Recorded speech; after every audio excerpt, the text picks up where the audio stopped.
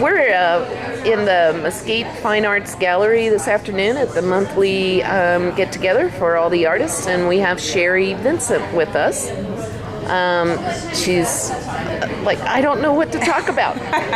Said, well, why don't you talk about some of the beautiful pottery and dishes that are on the table with all the delicious food? Because there's really some beautiful pieces here. And if you want to kind of give those away, I know somebody that would be glad to take them.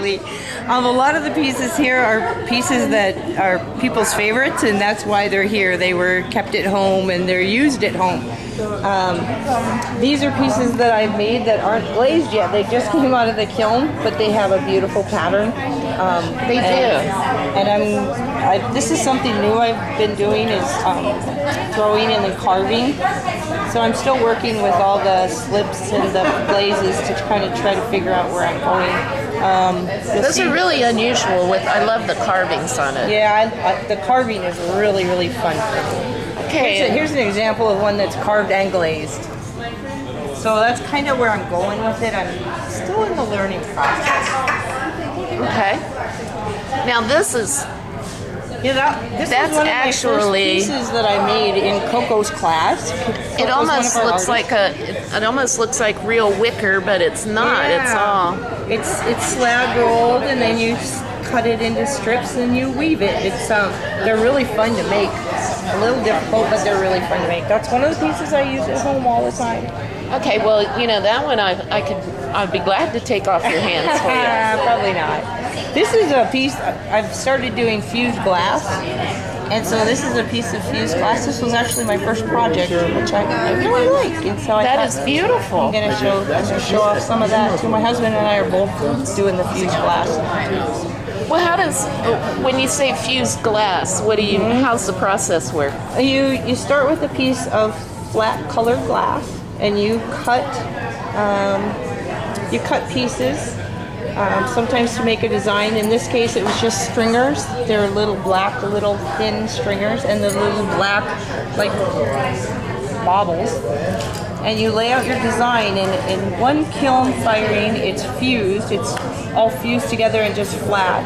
And then they fire it the second time in the mold to get the shape. Okay. So it's really fun. It's beautiful. Yeah, and the nice part is that the color's all there, and you don't have to struggle with the glazes, which I do with the pottery. Okay.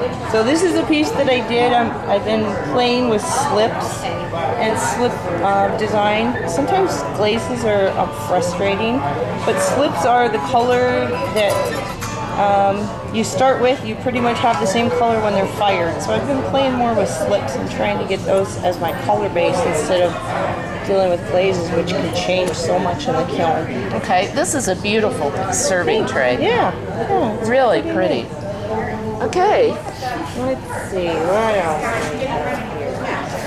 else? This was a piece that I did in Coco's class again. Coco was my first teacher. And it's a coiled piece. You probably can't see it, but the outside you can't really tell because it's all flattened out, but the inside you'll see it. There's a coiled design. Let me help you out there. Yeah, there's a coiled design that's all built into the pot. So they're kind of fun to do.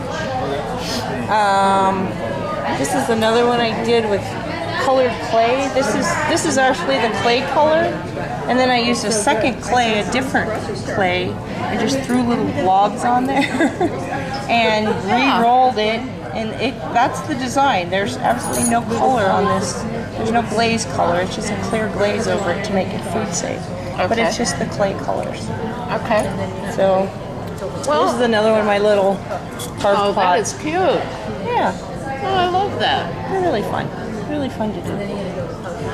See, I tried that, and that's why it's not on display here at the table. And there are other potters, and this is Patty beautiful. Browning's piece. Patty does a lot of slipware pieces, and she has an extraordinary grasp of glazes.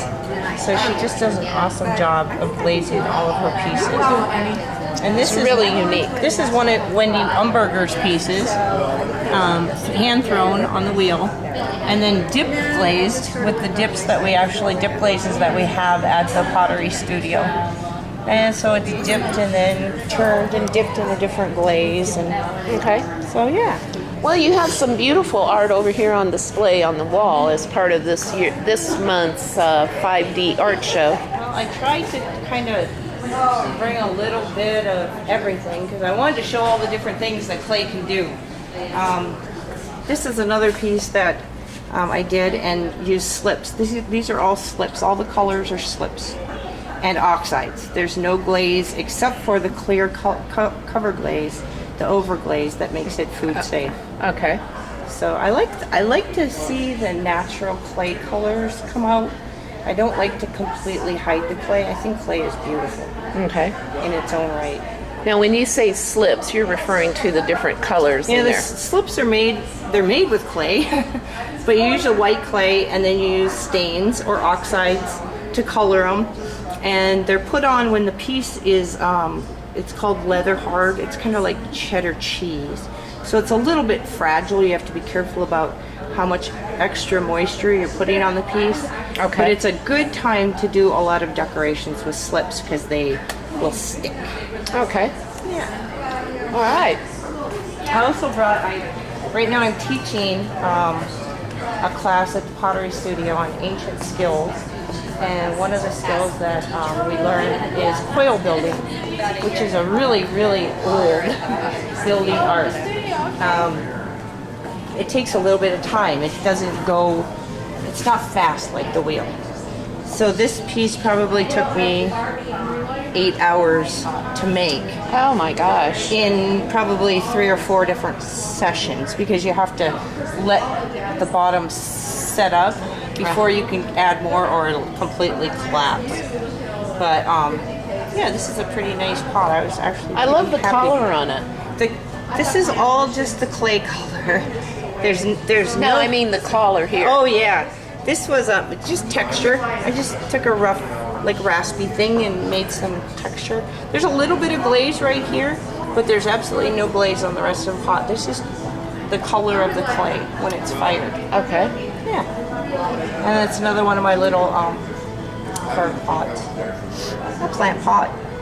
Yeah. Every one of them is different. When I sit down to carve, I don't know what I'm doing until I actually pick up the pot and look at it and kind of see where it needs to go. That's a true artist. I guess. You never know what it's going to turn out to be until you're done.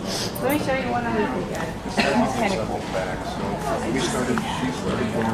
I've also done a little, I'm learning a little bit about sculpting. I don't know if you can get that. But this is all made out of paper clay, which is a kind of another type of clay.